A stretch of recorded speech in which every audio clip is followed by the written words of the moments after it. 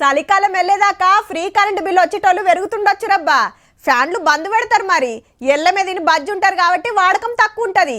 200 యూనిట్ల లోపు వాడితే జీరో బిల్లు. చాలా మందికే ఫాయిదా అవుతుండొచ్చు.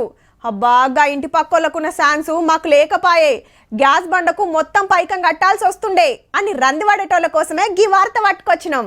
కొత్త రేషన్ కార్డుల గురించి కొండకెదిరి చూసినట్టే చూస్తున్నారు దరఖాస్తు పెట్టిన వాళ్ళంతా. పెళ్లిలై పిల్లలు బడికి పోతున్నా ఏళ్ళకేళ్ళ అయినా ఇస్తలేరు. మరి ఈ గవర్నమెంట్ వచ్చి కూడా ఏడాదాయే. గిదే ముచ్చట మండలిల ఎమ్మెల్సీ కోదండరాం సార్ ఎల్లబెడితే మంత్రి ఉత్తమ్ సార్ జవాబు చెప్పిండు. 2014 తర్వాత కొత్త రేషన్ కార్డులు ఉప ఎన్నికలు జరిగిన నియోజకవర్గాల్లో తప్ప మిగతా చోట ఇవ్వలేదు. సంక్రాంతి తర్వాత ఈ process of issue of ration cards we will begin.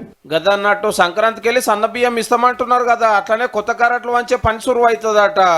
Already 89 లక్షలుంటే దరఖాస్తు పెట్టిన 10 లక్షల మందికి ఇస్తాము, ఆంధ్రాకు పోయిన 2 లక్షల మంది కట్ చేస్తాము అన్నాడు మంత్రి సారు. ఏం తక్కువ 1000 కోట్లు ఖర్చు అవుతుందట. We will issue all cards as smart cards with information embedded in the microchip. కోపిన్ కరెంట్ ఉంటేనే 200 యూనిట్ల ఫ్రీ కరెంటు, 500 గ్యాస్ సిలిండరు. రేపు ఇందిరమ్మ ఇళ్లకు కొత్త పింఛన్లకు కూడా కావాలన్నాయే. కాకుంటే ఆరోగ్యశ్రీ తోటి లంకె తెంపేసి అవి ఏరే ఇచ్చే ఆలోచన చేస్తున్నది గవర్నమెంట్. అంటే కొత్త ఏడాదిలో కొత్త రేషన్ కార్డు మీద సన్న బియ్యం బువ్వ తినబోతున్నాం అన్నట్టు.